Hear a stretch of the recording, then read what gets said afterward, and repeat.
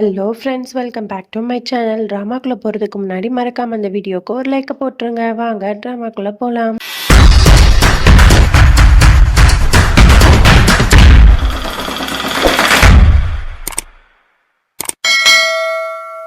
Starting சீனில் நம்ம அத்தைக்காரியும் தியாவையும் தான் காட்டுறாங்க.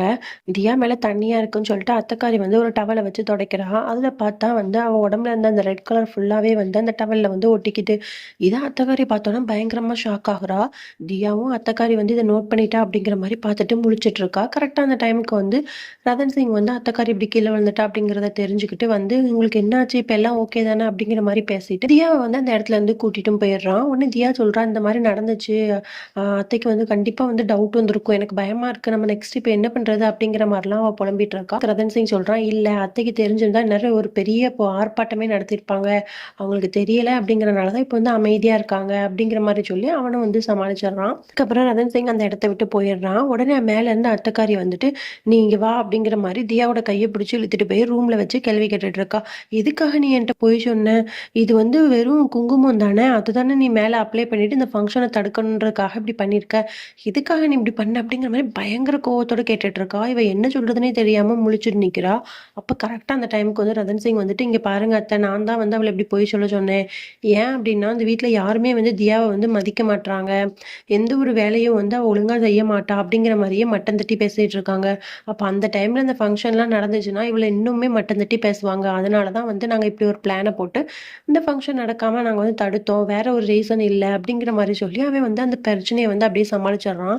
உடனே அத்தைக்காரியும் அப்படியா, சரி நீ எதுவும் கவலைப்படாத தியா அப்படிங்கிற மாதிரி பேசிட்டு அந்த இடத்த விட்டு போயிடுறா. உடனே தியா சொல்றா, நல்ல வேலை ரதன் சிங், நீ வந்து என்னை காப்பாத்திட்ட அப்படிங்கிற மாதிரி சொல்லிட்டு இருக்கா. உடனே ரதன் சிங் சொல்றான், தியா என்னோட டேலண்ட்டை நான் எவ்வளவு அழகா சமாளிச்சேன் பாத்தியா, அதுக்கு தான் ரதன் சிங்னு ஒருத்தன் வேணுங்கிறது அப்படிங்கிற மாதிரி அவன் ரொம்ப பெருமை பீத்திட்டு இருக்கான். அப்போ டக்குன்னு கீழே குனிஞ்சு ஏதோ எடுக்க போறேன்னு குனிறான். அப்போ அவனோட பேண்ட் வந்து அப்படியே கிழிஞ்சிருது. இதை பார்த்தோன்னே தியா வந்து பயங்கரமா சிரிக்க ஆரம்பிச்சிடறா. ரதன் சிங்க்கு வந்து பயங்கரமா வெக்கமாயிருது.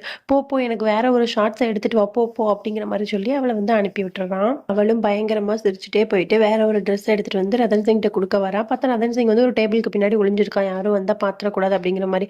உடனே ரதன் சிங் இந்த அவனோட ட்ரெஸ்ஸை எடுத்துட்டு வந்துட்டேன் அப்படிங்கிற மாதிரி தியா சொல்றான். உடனே டக்குன்னு அவன் வெளியே வரான். ரெண்டு பேருமே ஸ்லிப் ஆகி அப்படியே கீழே விழுந்துடுறாங்க. தியா வந்து சிரிப்பை வந்து நிப்பாட்டவே இல்லை, நான் ஸ்டாப்பாக சிரிச்சுட்டே இருக்கா. அதுக்கப்புறம் அப்படியே ரெண்டு பேரும் அப்படியே பார்த்துட்டே இருக்காங்க.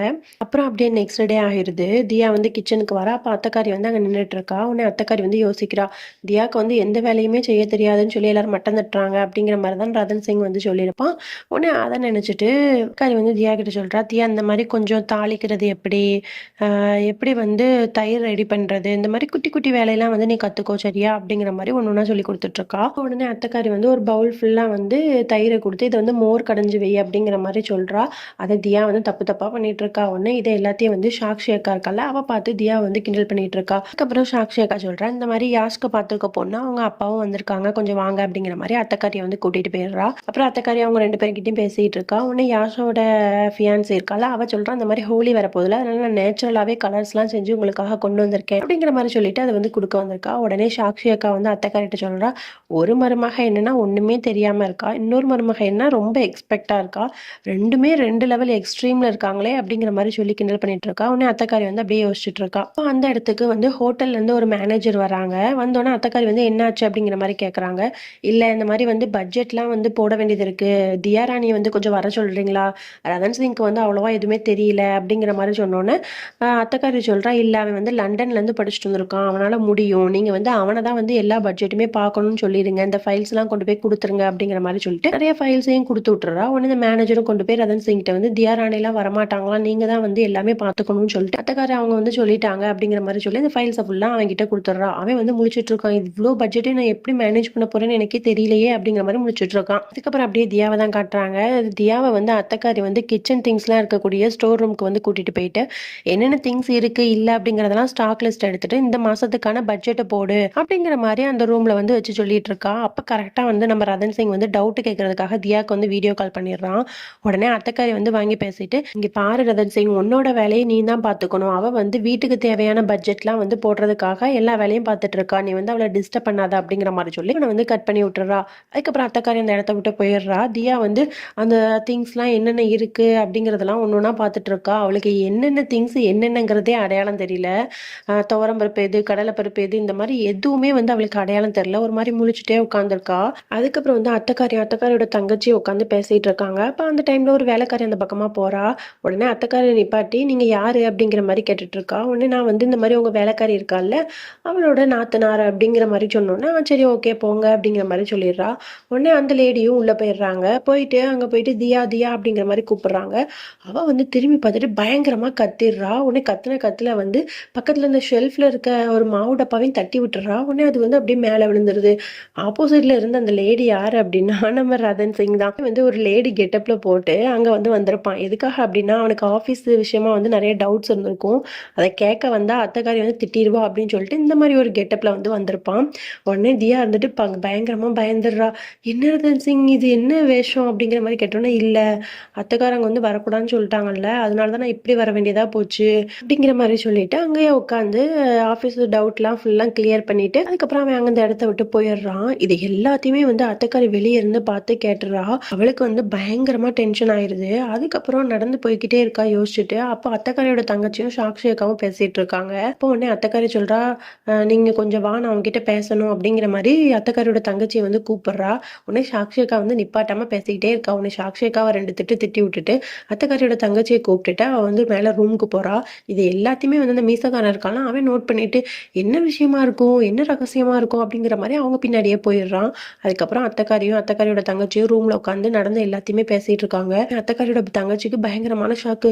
என்ன ரதன் சிங் வந்து இப்படி நடந்துக்கிட்டானா, அதுவும் லேடி கெட்டப்லயா, இதெல்லாம் என்னால நம்பவே முடியல அப்படிங்கிற மாதிரி ஆச்சரியமா கேட்டுட்டு இருக்கா. உடனே அத்தைக்காரி சொல்றா, இல்ல நடக்கிற எதுவுமே வந்து சரியில்லை, எல்லாமே தப்பு தப்பா இருக்கு. அந்த தியாவோட எக்ஸ் லவரோட அக்காக்காரி வந்து அன்னைக்கு தியாவையும் ரதன் சிங்கையும் பத்தி தப்பு தப்பா சொன்னாங்க. அது எல்லாம் உண்மையாயிரும் போல. அப்புறம் யாஷ் கல்யாணம் பண்ணிக்க போற பொண்ணுமே ரோட்ல வந்து ரதன் சிங்கும் தியாவும் சண்டை போட்டுக்கிட்டாங்கன்னு சொன்னாங்க. அப்பவுமே ரதன் சிங் வந்து ஏதோ ஒரு விஷயத்த மழுப்பிட்டான்.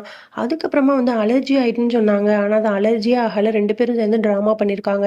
அப்ப இதை வச்சு எல்லாத்தையும் பார்க்கும்போது இவங்க 2 பேரும் ஏதோ பெருசா பிளான் பண்ணிருக்காங்கன்னு நினைக்கிறேன். யாஷோட என்கேஜ்மெண்ட்டுக்காக தான் வெயிட் பண்ணிட்டு இருக்காங்க போல. அப்படிதான் எனக்கு தோணுது அப்படிங்கிற மாதிரி சொல்லி ரொம்ப கவலையோட உட்காந்துருக்கா. உடனே அத்தைக்காரியோட தங்கச்சி சொல்றா, நீங்க ஒண்ணு தியா கிட்ட இல்லைன்னா ரதன் சிங் கிட்ட 2 பேர்கிட்டயும் பேசுங்க, அவங்களுக்கு புரிய வைங்க, ஏதாவது ஒண்ணு பண்ணுங்க, இல்லைன்னா பிரச்சனை ரொம்ப பெருசாயிரும் போல அப்படிங்கிற மாதிரி அவளும் சொல்லிட்டு இருக்கா. இதை எல்லாத்தையுமே வந்து மீசக்காரன் இருக்கால அவன் வந்து ஒரு ஜன்னல் பக்கமா ஒளிஞ்சு நின்று எல்லாத்தையுமே கேட்டுட்டு, ஓஹோ இப்படியா விஷயம் அப்படிங்கிற மாதிரி ஒரு வில்லத்தனமா சிரிச்சிட்டு இருக்கான். அதுக்கப்புறம் அப்படியே நம்ம தியாவையும் யாஷையும் தான் காட்டுறாங்க. அவங்க 2 பேரும் வந்து நாளைக்கு ஹோலி ஃபங்க்ஷன் நடக்க போகுது அப்படிங்கிற மாதிரி ரொம்ப ஹாப்பியா வந்து 2 பேரும் மாறி மாறி பேசிட்டு இருக்காங்க. ஏன்னா தியாவுக்கு வந்து ஹோலி ஃபங்க்ஷனா ரொம்ப பிடிக்கும், எனக்கு கலர்ஸ்னா ரொம்ப பிடிக்கும் அப்படிங்கிற மாதிரிலாம் யாஷ் கிட்ட வந்து ஷேர் பண்ணிக்கிட்டு இருக்கா. அதுக்கப்புறம் 2 பேரும் அப்படியே பேசிட்டே வந்து தியா வந்து கையில வந்து ஒரு பூத்தொட்டை எடுத்து வந்துட்டு இருக்கா. உடனே யாஷ் சொல்றான், கொடுங்க நான் கொண்டு வரேன் அப்படிங்கிற மாதிரி கேட்கறான். உடனே தியா இருந்துட்டு வேணாம் வேணாம் நானே கொண்டு வரேன் அப்படிங்கிற மாதிரி தட்டை இந்த பக்கம் கொண்டு வரா. டக்குன்னு வந்து தட்டுல இந்த பூ எல்லாமே வந்து கீழே இருந்த ரதன் சிங் மேல வந்து அப்படி கொட்டிடுது. தியா விறுவிறுன்னு வந்து சாரி சாரி ரதன் சிங், இந்த ஹோலி ஃபங்க்ஷன் நம்ம ஹோட்டல் நடக்க போதில்ல, செலிப்ரேட் பண்றதுக்காக அந்த பூவெல்லாம் கொண்டு போயிட்டு இருந்தேன், அது வந்து டக்குன்னு உன் மேல கொட்டிடுச்சு சாரி அப்படிங்கிற மாதிரி சொல்றா. ரதன் சிங் வந்துட்டு, என்னது ஹோலி ஃபங்க்ஷனா, இதெல்லாம் வேஸ்ட் ஆஃப் டைம், எனர்ஜி எல்லாமே வேஸ்ட், கலர்ஸ்னாலே எனக்கு அலர்ஜி அப்படிங்கிற மாதிரி அவன் சொல்றான். உடனே தியா சொல்றா, இந்த உலகத்திலே கலர்ஸ் பிடிக்காத ஒருத்தன் நீ தான் அப்படிங்கிற மாதிரி 2 பேரும் ஒரு குட்டியா வந்து வாக்குவாதம் போய்கிட்டு இருக்கு. அப்ப டக்குன்னு வந்து அந்த இடத்துக்கு வந்து அத்தைக்காரி வந்துடுறா. அத்தைக்காரி சொல்றா, இந்த மாதிரி நாளைக்கு ஹோட்டல்ல ஃபங்க்ஷன் நடக்க போது, நிறைய கெஸ்ட் எல்லாம் வர போறாங்க, அதனால 2 பேரும் போய் தூங்குங்க, காலையில சீக்கிரம் எந்திக்கணும் அப்படிங்கிற மாதிரி சொல்லிடுறா. 2 பேருமே ரூமுக்கு போயிடுறாங்க. உடனே 2 பேருமே வந்து பேசிட்டு இருக்காங்க ஹோலி ஃபங்க்ஷனை பத்தி. அப்ப ரதன் சிங் சொல்றான், இந்த மாதிரி நாளைக்கு யாருமே என் மேல வந்து கலர் பூசவே கூடாது, நான் பூசவும் விட மாட்டேன் அப்படிங்கிற மாதிரி அவன் சொல்றான். உடனே தியா சொல்றான், இந்த குடும்பத்துல இருக்க ஒருத்தர் விடாம எல்லார் மேலேயும் நான் வந்து கலர் பூசியே தீருவேன் அப்படிங்கிற மாதிரி அவளும் சொல்றான். அப்புறம் 2 பேருமே தூங்க போலாம் அப்படிங்கிற மாதிரி போறாங்க. அப்ப டக்குன்னு தியா வந்து கால் ஸ்லிப் ஆகி அப்படியே விழ போயிடுறா. உடனே டக்குன்னு வந்து ரதன் சிங் வந்து பிடிச்சிடுறான். அப்படியே 2 பேரும் அப்படியே கண்ணு அசைக்காம பார்த்துட்டே இருக்காங்க. ஓகே ஃப்ரெண்ட்ஸ், இதோட நம்ம இந்த பாட்டை முடிச்சுக்கலாம். நாளைக்கு பார்க்கலாம். பாய்.